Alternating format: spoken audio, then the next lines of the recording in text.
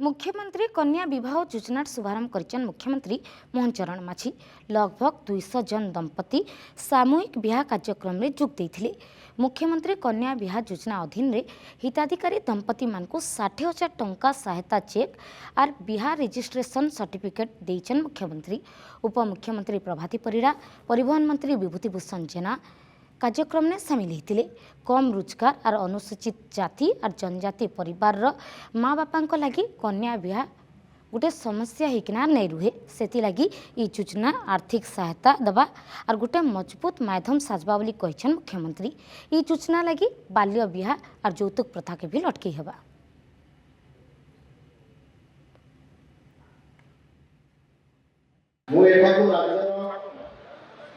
मुख्यमंत्री भाव हुए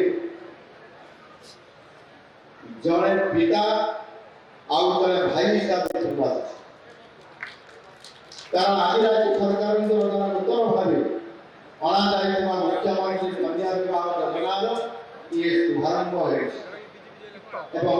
मुख्यतः आज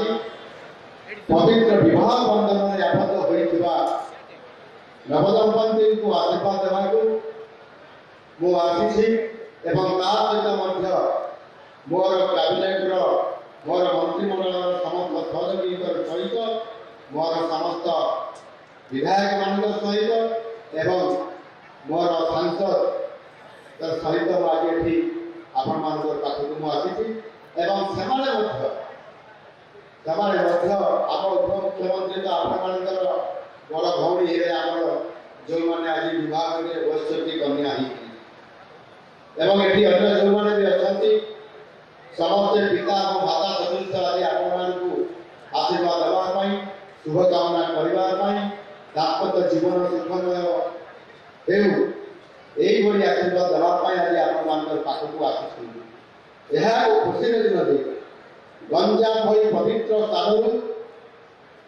ओडिशार जनसाधारण आउ एक जनमंगलकारी योजना आज आम सरकार आज आरंभ कर आज ये विवाह लग्नर शुभ बेड़ा ये विवाह कार्यक्रम नेतृत्व नौथुवा मुख्य पंडित श्रीयुक्त अशोक कुमार पाढ़ी ताकू प्रार्थना करुच्ची अनुरोध करुच्ची एवं जो आम ब्राह्मण पंडित मैंने अच्छा जो मैंने विवाह कार्य को संपन्न करें